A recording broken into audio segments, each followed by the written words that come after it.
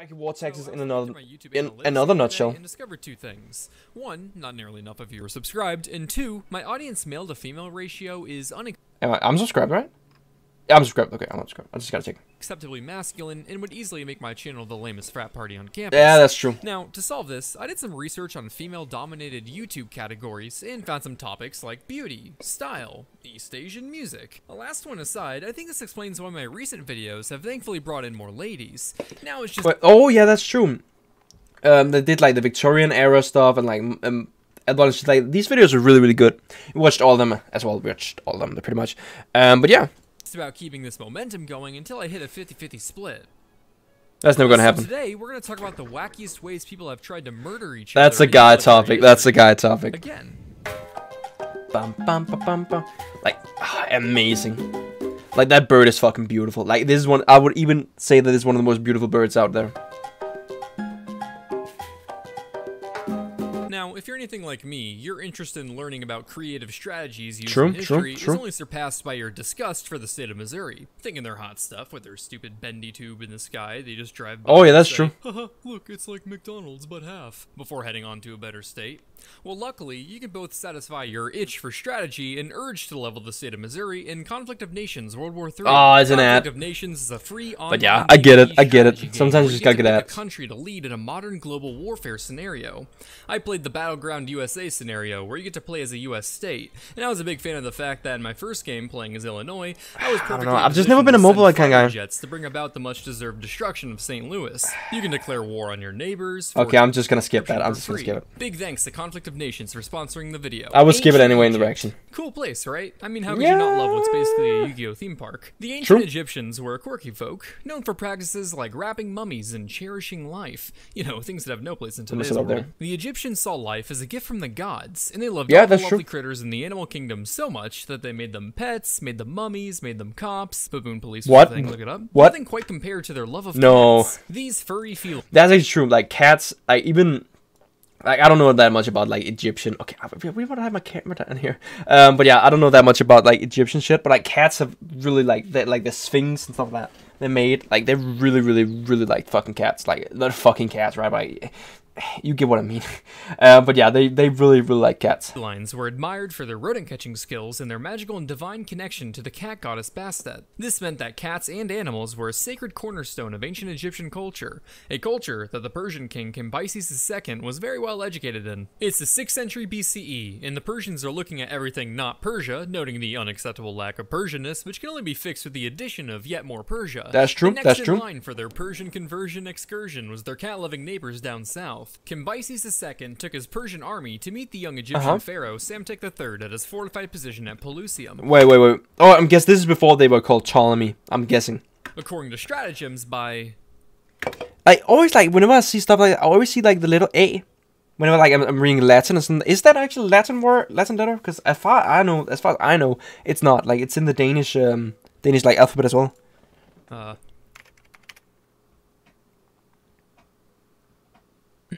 Polyenis, the Egyptians were initially keeping the Persians at bay before Cambyses II decided to switch tactics. Our forces are stalled, sir. We're going to need to do something if we want to gain the upper hand. Do not fret, plebiscites, for I have studied the Nile folk and discovered a vital weakness. They shall cower in fear before the peril of my new ultimate weapon. A cat catapult? Give me a cat catapult. Copernicus, bring forth the kitten trebuchet. Wait, trebuchet? Oh, we thought you said paper mache. Ah, what, so you didn't build my weapon or bring any cats? Oh no, we brought cats. We always bring cats. I think you should take an opportunity with catapults, sir. Shut the fuck up. Grab the kittens. What? Grab the fucking kittens, Plebiscius. In one of the first recorded instances of psychological warfare, Cambyses II had his men paint the image of Bastet on the front of their shields and spread cats and other animals before their front lines. The Egyptian... That's so cool. Okay, I just got a message on Steam.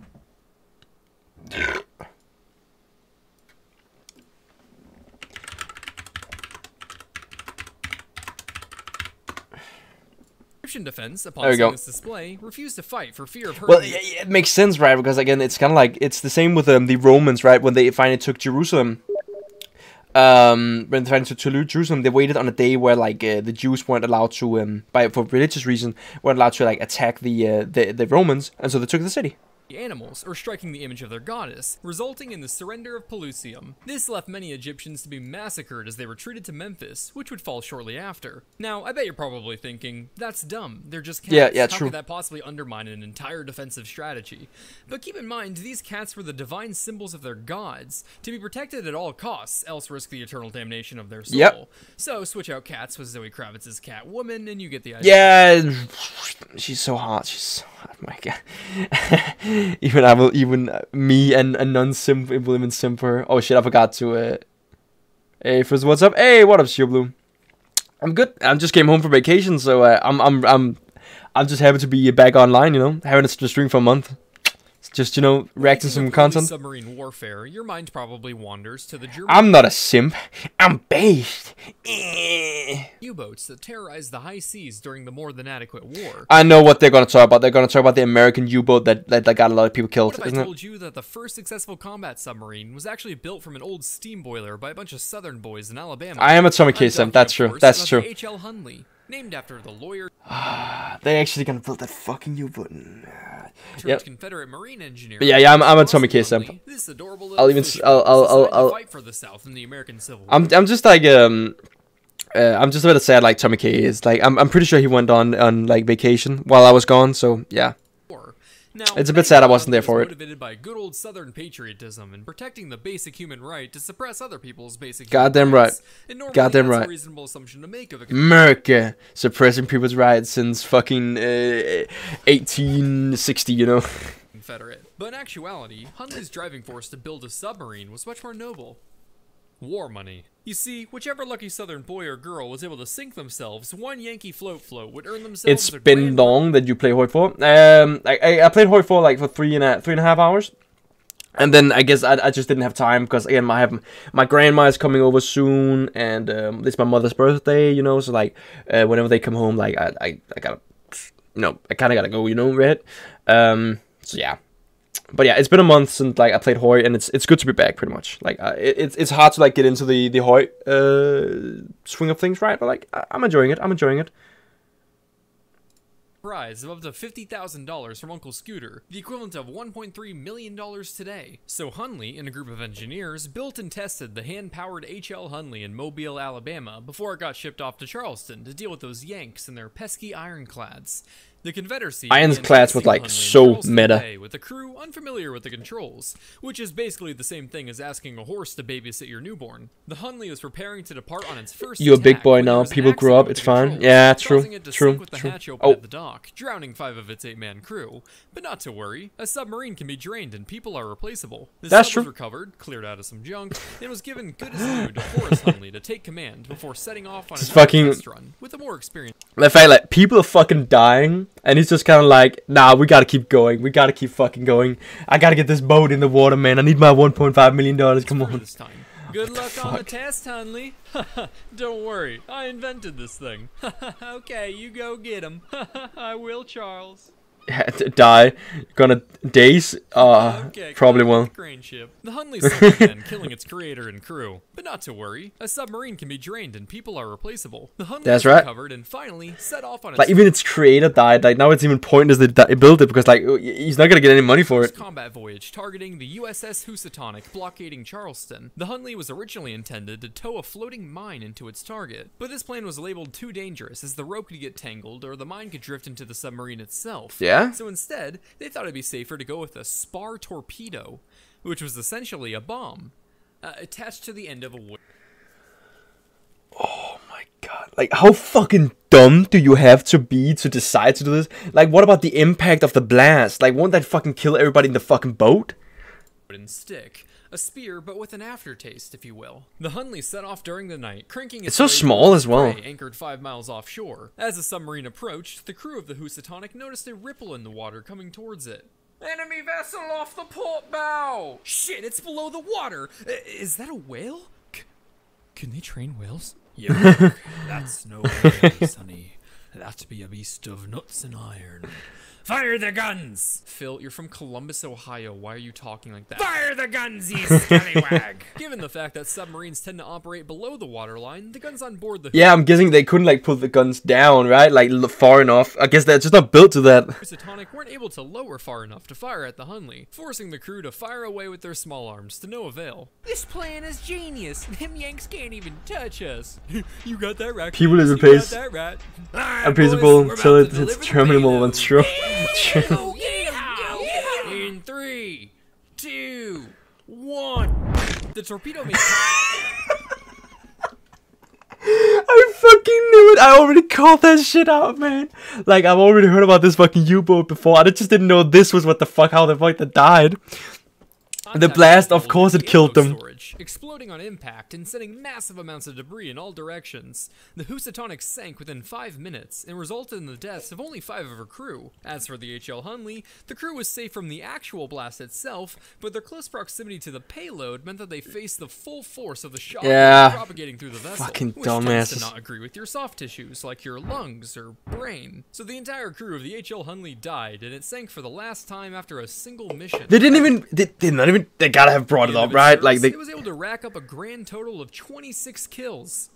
Only 5 of which were Northerners. It is a bit disappointing that the slave-loving land of traitors gets to claim the world's first successful combat submarine, but if it makes you feel any better, populating the high seas with over 4 times more rebel corpses than Union ones is needs to pee a good piss, mate. the most goddamn American thing you can do. And it would only be a year later that the Confederacy would decide to release their flag update 2.0. The more than satisfactory White flag. war, to really earn that promotion to World War status, it had to break out of the little European bubble it started off in. One potential area to expand the moderately stellar war was Africa, where they had already brought a little bit of Europe to in years prior with a wee bit of scrambling. However, because a lot of European control over Africa was superficial, they decided to keep the colonies new.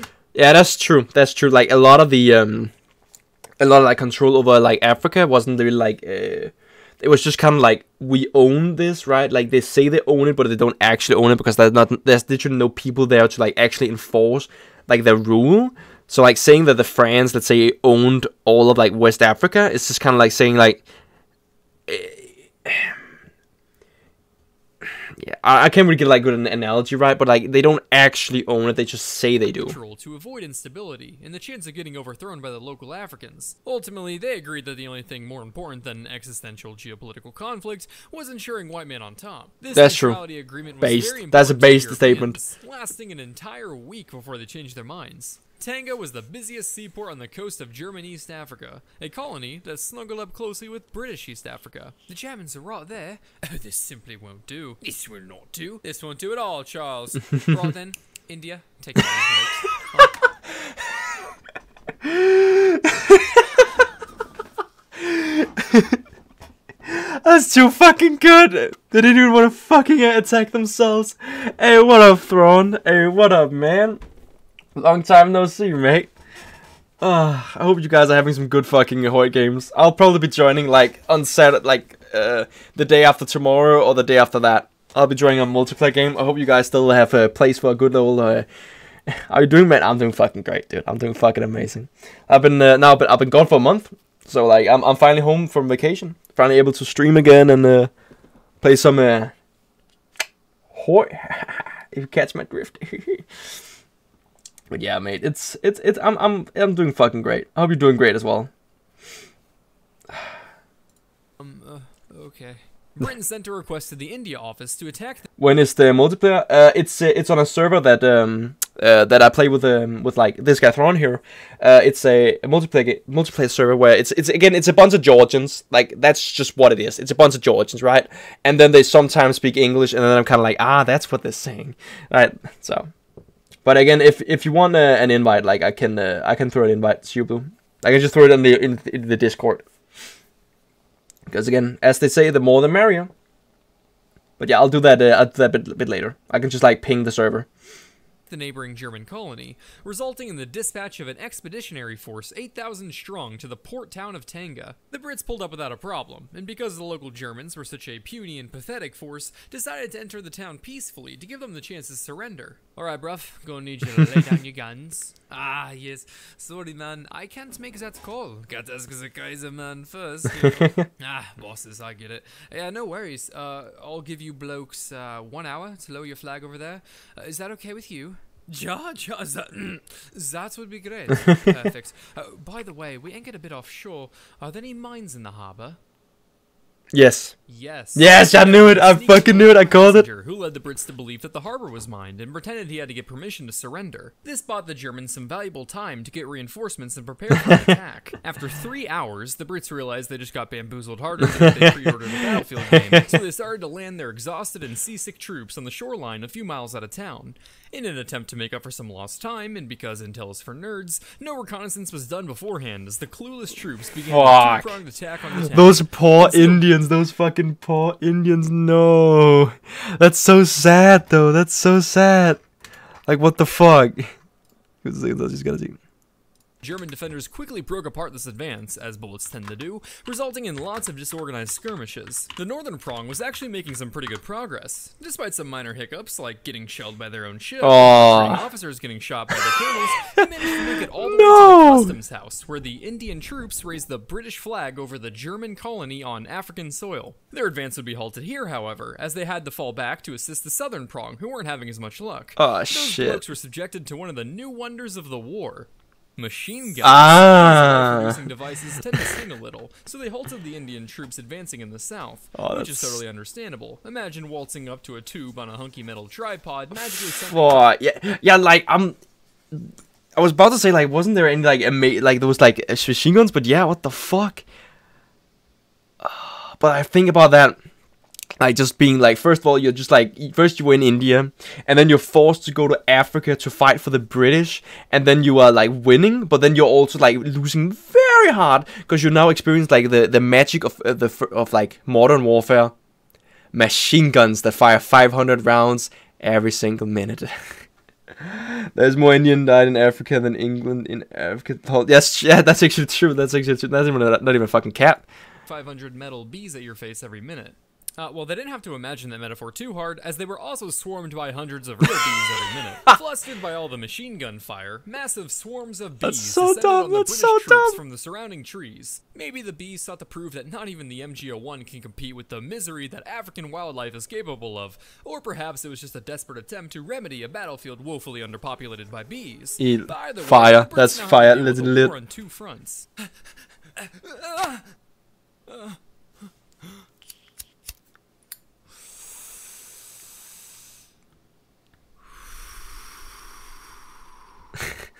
Looks like someone's a little lost. The Indian troops frantically popped off more lead in all directions than a Detroit suburb, firing blindly at Germans in the bushes and bees in the skies to no avail. Now that Mother Nature had established air superiority, the southern front broke off into a full retreat. However, the Germans would be mistaken if they thought the little buzzing militia was their ally. Oh no. The bees did not believe in the magic of friendship, only pain. So when the German troops entered the bees' territory, they too fell victim to nature's air force. In the end, the British would lose the battle despite drastically outnumbering the Germans, who they generously supplied with enough weapons.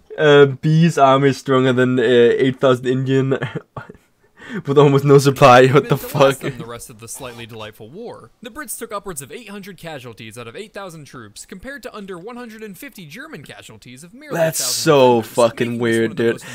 Like then, like. I know that Operation Market Garden was like one of the British like biggest failures ever, right? But this has to be fucking up there. This has to be fucking up there, like somewhere near the fucking top. Like it just has to be. The above average war. So at this point, I'm sure some of you are probably scratching your heads, wondering how Little B fiasco could be considered a wacky war tactic when their intervention was nothing more than random chance. An understandable but incorrect conclusion to make. To the untrained eye, it would seem like nothing but bad luck on the surface, but if you just look closely, you'd notice that this was clearly the work of none other than Dr. Bees. I try to avoid doing too many videos on war history, because, you know, the death. But Humans are curious creatures, naturally drawn towards the dark, mysterious cesspools of misery. Oh, Reddit, yeah. Exactly the stuff that you can find when studying the horrors of war or playing League of Legends. Luckily, Oh, you can always not count on the League. shenanigans of Persians, bees, and or racists to help make overall grim topics a bit more digestible. But enough from me. What do you think, Life Lesson Leopard? Hello? Oh, hold on. My troops have just about finished decimating Missouri in Conflict of Nations World War III. Fucking ads. Fucking It's ads. the stupid arch, right? Really overrated arch. Thank you. Wacky War Tactics Part 2. Let's Yeah, go. 10 stars. Fire fucking video. Actually, like a great fucking video. Yeah, fucking Bluejay. Every single time he makes a video, it's just a fucking masterpiece. It just fucking is. Like, there's not even fucking like anything to say about it.